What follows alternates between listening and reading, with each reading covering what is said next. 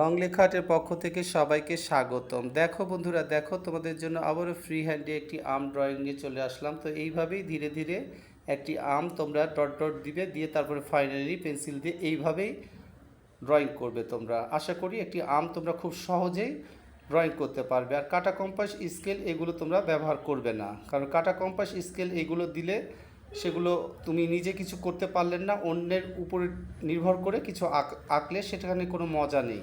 তো তোমাদের নিজে নিজে কিছু আঁকাতে হবে। এই যে পাতার যে ব্যাপারগুলো সেগুলো আমি দিয়ে দিলাম, কালারগুলো রেড এবং ইয়েলো, সেটা দিয়ে আমি আমটি করে নিলাম, একটি পাকা আম। তারপরে এখানে আউটলাইন দিব, দিয়ে আমটি সুন্দরভাবে ফুটিয়ে তোলার চেষ্টা করব।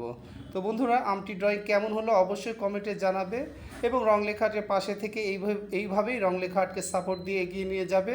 আর রং লেখা আর্ট এইভাবেই সুন্দর সুন্দর ভিডিও তোমাদের মাঝে নিয়ে আসবে, আর সেগুলো দেখে তোমরা লাইক কমেন্ট করলে আমার খুব ভালো লাগে। তো আজকে এখানে শেষ করছি, সবাই ভালো থেকো, আল্লাহ হাফেজ।